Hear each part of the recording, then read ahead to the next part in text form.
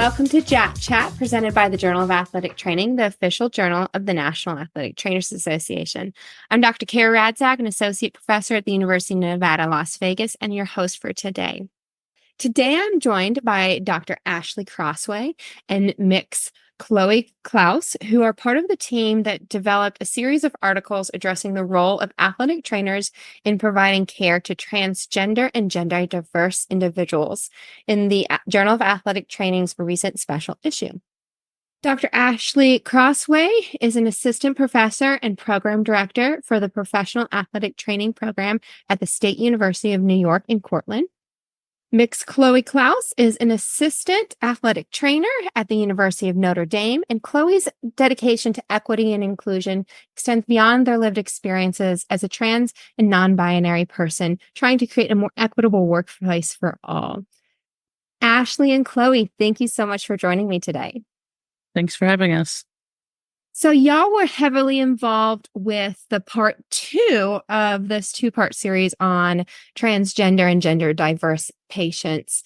Can you give us more information of what this second part includes? Yeah, the second part is really an expansion on the first part. The first part sets the foundational knowledge. And then the second part of the series really goes into the considerations for the medical affirmation for transgender and gender diverse patients. In particular, how that applies to sports and regulating bodies. Can you guys give us a review of what is the gender affirmation framework, what all is involved in it? So simply put, the gender affirmation framework includes 3 components: social, legal, and medical aspects. However, when you look at each one of those aspects, it's really multifaceted.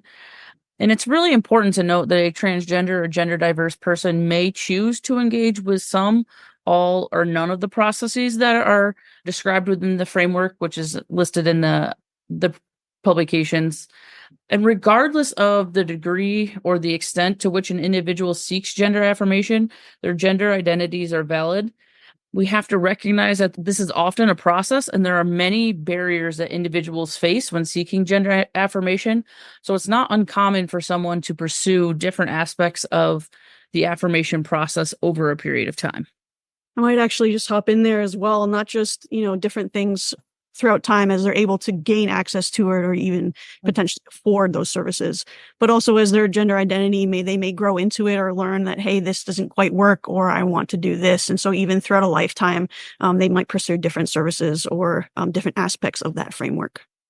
One thing you guys mentioned, you already said the word barriers, but really let's kind of dive into what are some of the healthcare disparities that this population will face, and then how can athletic trainers help combat those disparities? So I have a few stats pulled up from, actually, if anyone's taken our Safe Space Ally training, this is a quick plug. It's available on our CEU platform.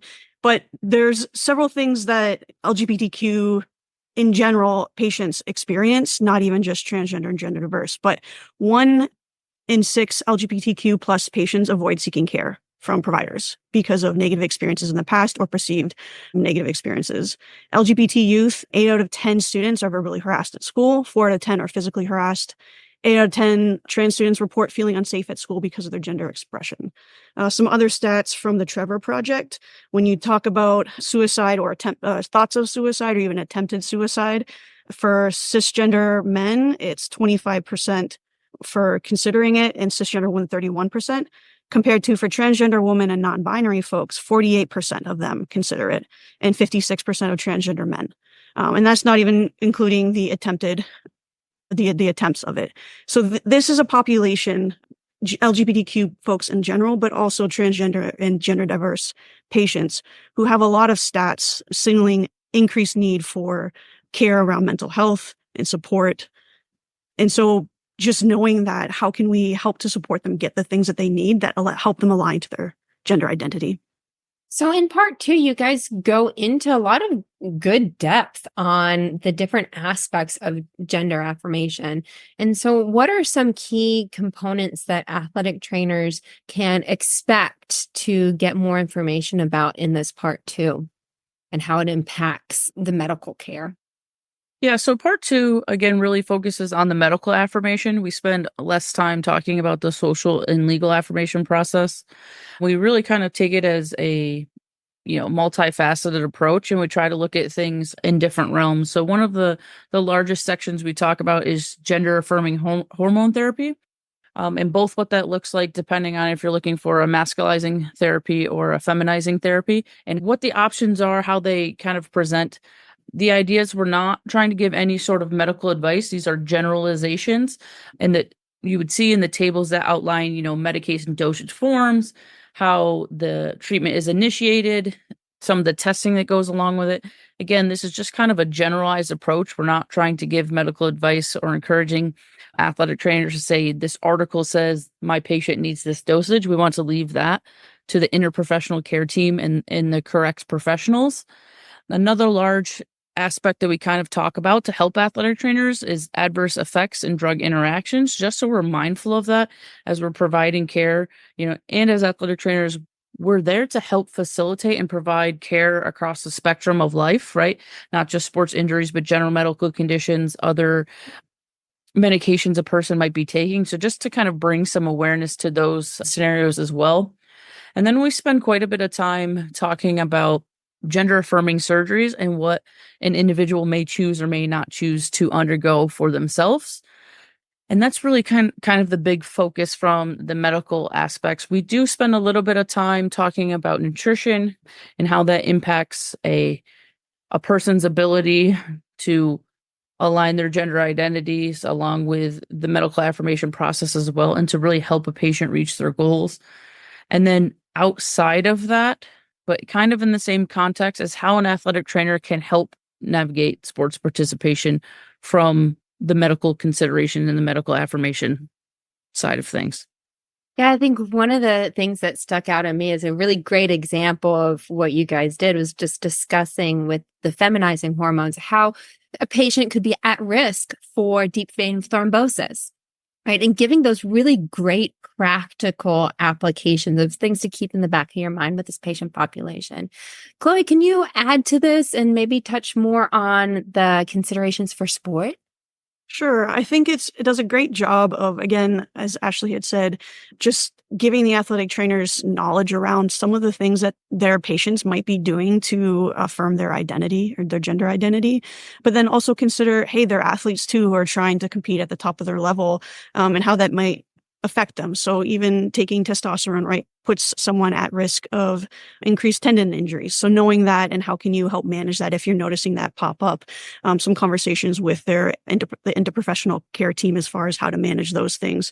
Some things that we talk about also are some folks who are assigned female at birth might do binding to make their chest flatter. And if they're doing that while also participating in sport by wearing extra sports bras or making more compression, are they more prone to having some type of compression injuries or lacerations, or are there things to the skin because they're doing those types of treatments? So just being aware of some things that you might not even think that you need to ask someone to see if they have an injury that you could be helping them with. So in that aspect. And then as far as actually navigating when you're talking about the world of transgender or gender diverse patients participating in sports, around all the legal considerations or sporting bodies, governing sport bodies with NCAA or different high schools, and then also legal considerations. It's a very complicated mess right now, and there's nothing we can say on this on this podcast, unfortunately, that's going to tell every athletic trainer exactly how to navigate that with their patients. But other than just being aware of what governing body you're working under with your athletes, being aware of those rules, if there's certain ones as far as monitoring different gender affirming hormone therapies, making sure that you have that information for the athlete and helping them get through that process so that they don't have to do it alone. And then again, can you help make that landscape better for the athletes that you are providing care for?